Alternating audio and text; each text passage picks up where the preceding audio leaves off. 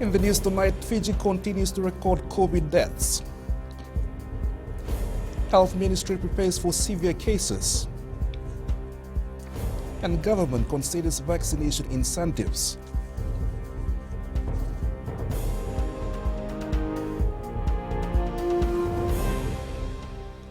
Bulabanaka, Fiji. Fiji's new daily COVID-19 infections continue to be in triple digits, with 485 cases recorded in the 24-hour period ending 8 a.m. yesterday. New deaths were also recorded in the same period. Christiana Uluwai joins us live now. Christiana, what is the Health Ministry saying now? Well, Josiah, we've been recording COVID deaths on a daily basis for the last 11 days. So since July 1st, somebody has been dying from COVID-19 here in this country. And the number is increasing. According to the Permanent Secretary for Health, Dr. James Fong, for the last 2 nights, 3 Fijians die every day from COVID-19. And just last night, we crossed the 60% target population being vaccinated with at least 1 dose of the AstraZeneca vaccine. And now there is a 10 to 12 week window from the first jab to the second jab. So we're at least 10 to 12 weeks away from achieving 60% of our target population being fully vaccinated. That is still 20 and 25% short from 85%, which is the target mark for us to achieve herd immunity, an achievement that will see us potentially flattening the infection curve during this outbreak. And also, Josiah, the Ministry of Health is still investigating the death of a 15-year-old COVID patient who passed away, and her death has been under investigation since the last 2 COVID updates.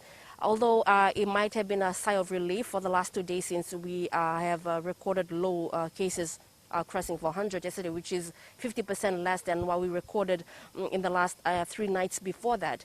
However, this is still not a sign for people to let their guard down, as like we said, herd immunity is still 10 to 12 weeks away. So people should still be vigilant and still practice the COVID-safe protocols strictly, as we're not out of the woods yet. Josiah. Manaka Christiana.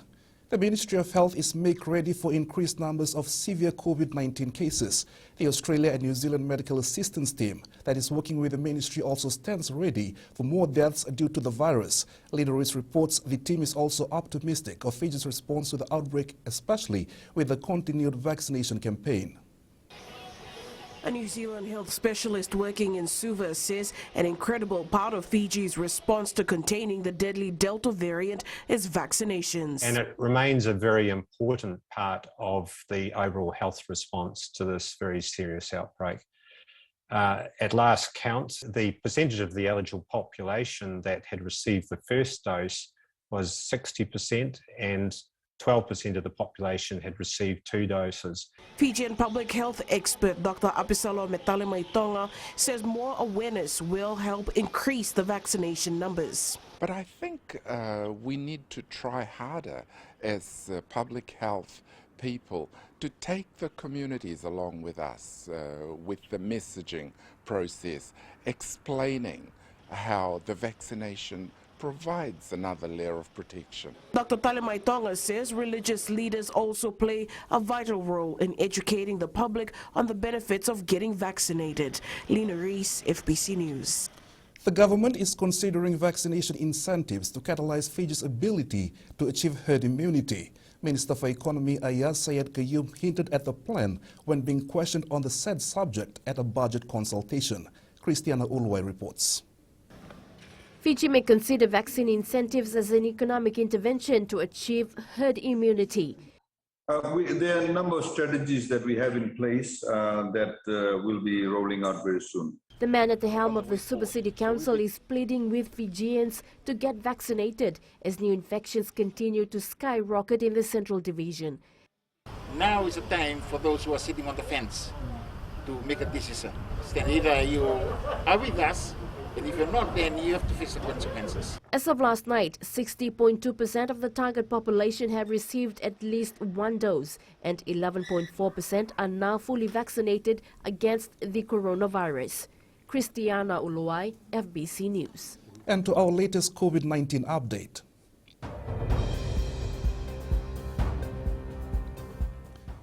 Fiji recorded 485 new COVID-19 infections and 3 deaths for the period ending at 8 a.m. yesterday.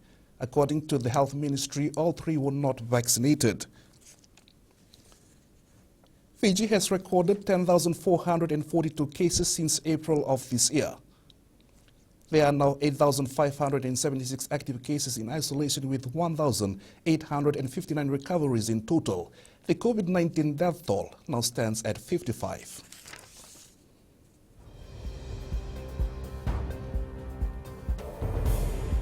Upperhead villages increase precautionary measure, and hundreds take advantage of Mbaa vaccination drive.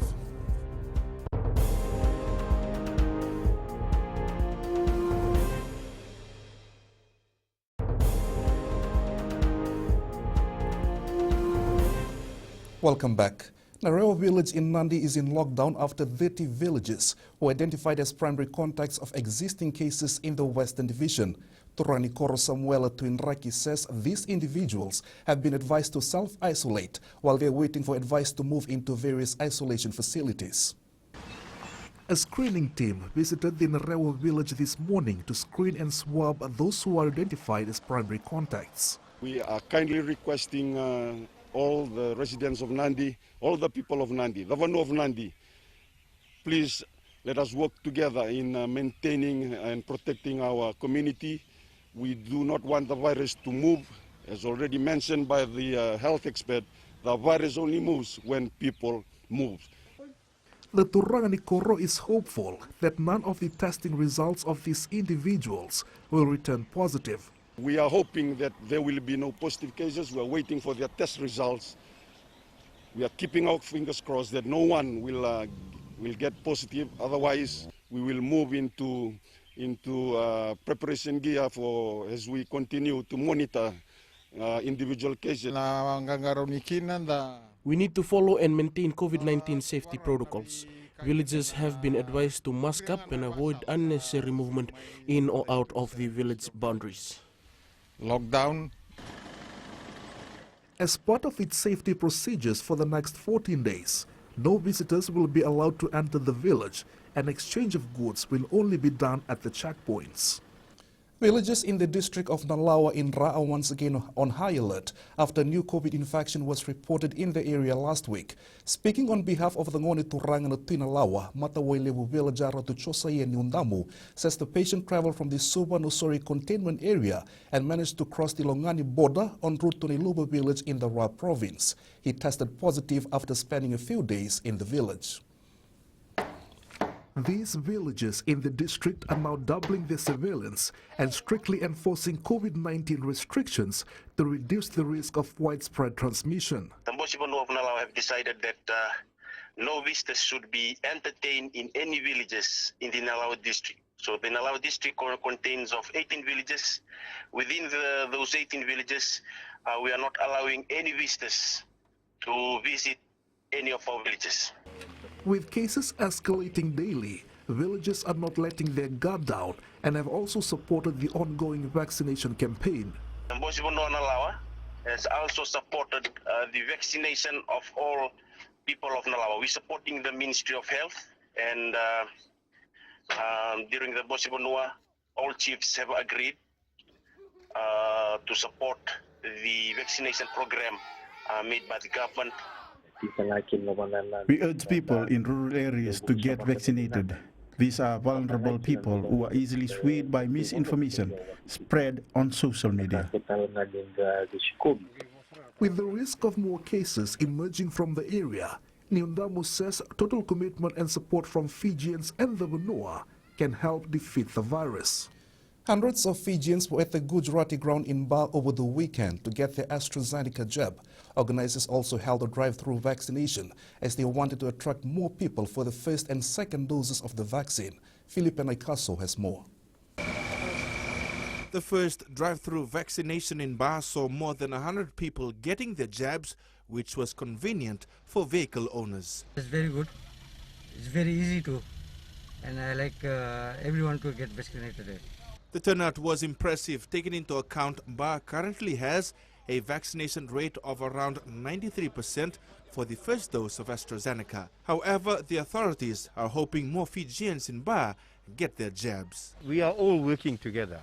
So what happens is this is for bar, not an individual thing, you know.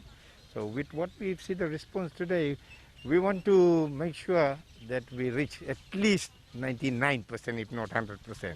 And for the residents, they state that this is the only way to protect the loved ones and return to normalcy. Yes, because virus is spreading all around now. The case is increasing day by day, so we need to get it. Yes, it's a very helpful because it's easier and convenient for people. The vaccination drive will continue this week.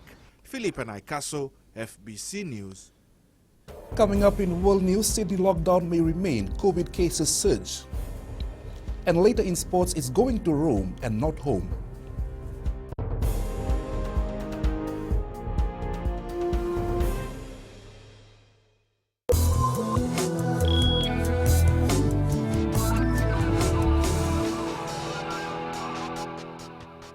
Tourism Fiji today announced the appointment of their new chief executive, Brent Hill.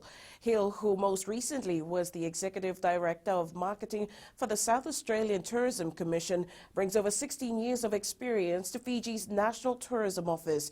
He replaces former CEO Matt Stokel, whose tenure ended in December 2020.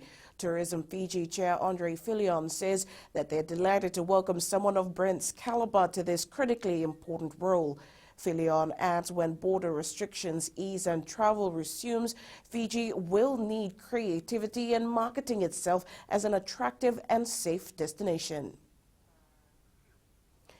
People can now make permit and visa applications online with the Fijian Immigration Department. This is part of the department's ongoing plan for digital transformation. From today, customers can lodge applications on its website. Fijians are also being advised that they will have to register for an appointment to apply for a passport from next Monday. Appointments will be required prior to visiting their office. And here are the local exchange rates as set early this morning. The Sangamoli once again has started the week on a strong performance. It ended the day high against all major currencies except our major trading partners, the Aussie and Kiwi dollars. The commodities were on the rise across the board. Crude oil rose to end at $74.66 a barrel. Gold rose to end at $1,807 per ounce, and silver improved, closing at $26.31. And we now join Sinifa from HFC Bank with the latest in the money market. Good evening. Looking at the latest on our local South Pacific Stock Exchange for last week. Around 16,000 shares were traded in 7 transactions amounting to $31,000. Following these trades, the market value rose by 0.79% and ended the week at a value of $3.27 billion. As for the foreign exchange market, risk currencies hung above their recent lows against the US dollar and the Japanese yen today, as fears about slowdown in the global economic recovery appeared to have subsided for now. With the data calendar today relatively bare, many investors are looking to Tuesday's U.S. consumer price data for June and Fed Chair Jerome Powell's testimony from Wednesday. That's all from your HFC Bank for now. Vinaka. The Disaster Management Ministry has been preparing its facilities and mobilizing its resources for the impending 2021-2022 cyclone season. These include a total renovation and improvements in current warehousing assets and processes maintained at the Wallow Bay-based yard.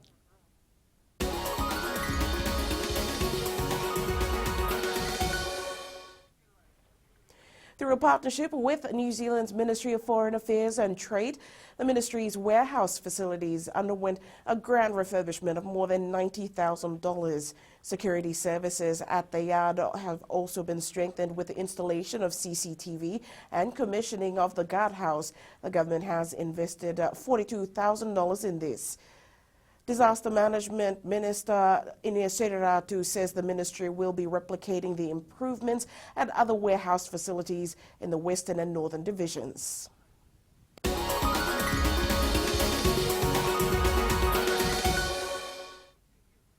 And that's the latest from my end. But coming up after the break, Despite uncertainty, a Suva businessman ventures into food business.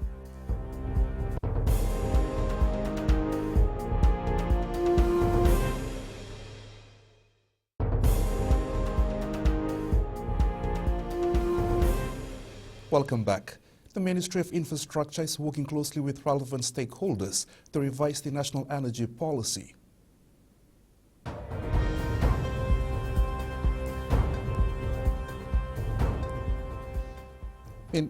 Minister Chone Usamate says the revised policy will steer the ministry towards transforming and decarbonizing our economy. He adds that Fiji is committed to reduce our carbon emissions and advance the uptake of renewable energy, as well as energy efficiency technologies in all sectors of the economy. This will also assist the ministry towards meeting our sustainable development goals. Over this past year, we've set up stakeholders together that are discussing our national energy policy. We've had good assistance from the Global Green Growth Institute. We have a consultant, and we have funding also from the New Zealand government. So all these entities have been working together in drafting the national energy policy. And over the last week, there's been a validation exercise where all the stakeholders have had a virtual conference to look at the draft national energy policy, and they've given their comments on it.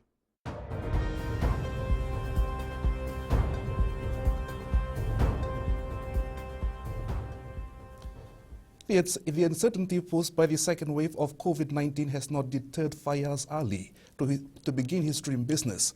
Ali opened his new restaurant Chili House in Brown Street, Subo today. Joshua reports the investment has created at least 10 employment.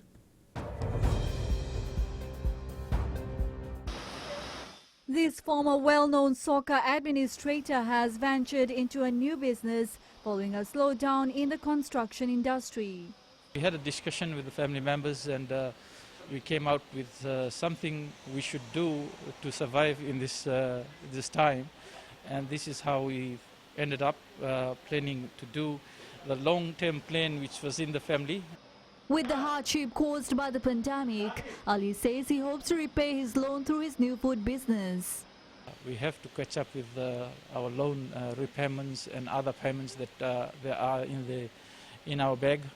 So that is the reason why we have diverted ourselves into another line, which is the food line. And we have been busy from this morning. It's the first day of the business, and we have friends and through Facebook we have introduced ourselves as the Chili's, and we have had a very good support. Ali's 11-year-old son, Faiz Ali, is keen to remain engaged in the business as schools remain closed. I'm interested because I love my brother's cookings, and he's really good with his cook. Ali has invested around $15,000 in this new business. Jeshulal, FBC News. And we now join with Nina with all the very latest in sports. Thanks, Josiah. Good evening. Ahead in sports. Aaron Isao not available for second test. And Italy new Euro 2020 champions. This and more coming up.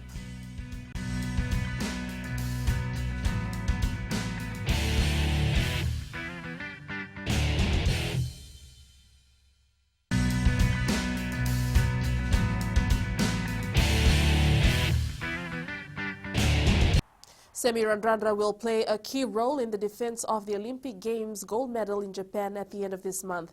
The 29-year-old traveled from London over the weekend to join the Fiji national sevens team in camp at Oita. Karlaini Tavi with this report. Head coach Gareth Paper believes Semi Randrandra has an exceptional talent, which makes him a unique case for selection. Good Semi, Batitu and Tuimamba are all good and healthy. We're talking and had done some one-on-ones with them and shared some of the information that we have. Obviously, you can't be too much up front. You've got to bed them in and get them a chance to become and feel part of the group again. Going up against the home side will be one of Fiji's biggest challenge. We're going to have no crowds by the sounds of it. You're going to be playing against Japan in Japan. And that's going to be a challenge in itself. There will be 2 or 3 Fijians in their team, which is an added challenge. The message is clear for Team Fiji. Go and make your country proud. All of us here, Team Fiji, are representing our country, and we hope that that the people in Fiji will be inspired by the way that their representatives are representing them in Tokyo. The Olympic Games will begin on July 23rd. Carlini Tavi, FBC Sports. That's it from Sports Night, but after the break, wild fish are now becoming a drug addict. That's in Weird and Wonderful. Details after the break.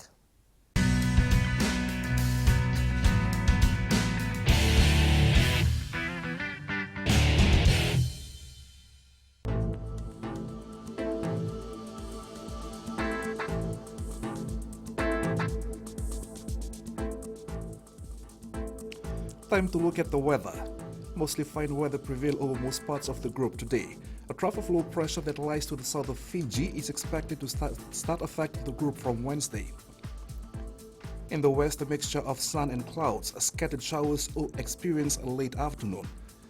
Eastwards from Pacific Harbour to Suva, pleasant conditions prevail throughout the day.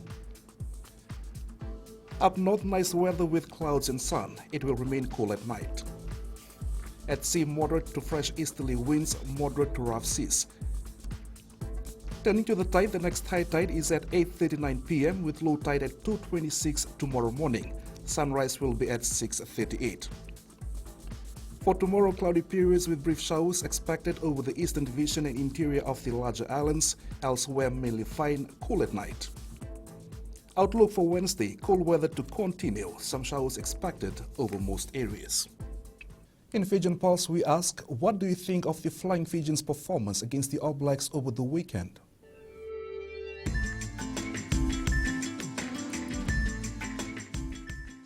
Fiji and the All Blacks.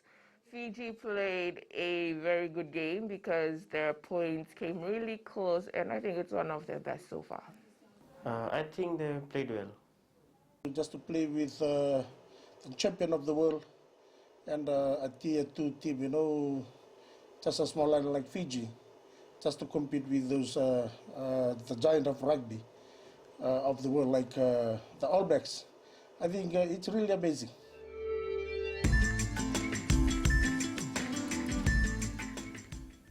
Recapping our main stories, Fiji continues to record COVID deaths. Health Ministry prepares for severe cases, and government considers vaccination incentives. For these stories and others, you can tune in daily to our sister radio station Gold FM.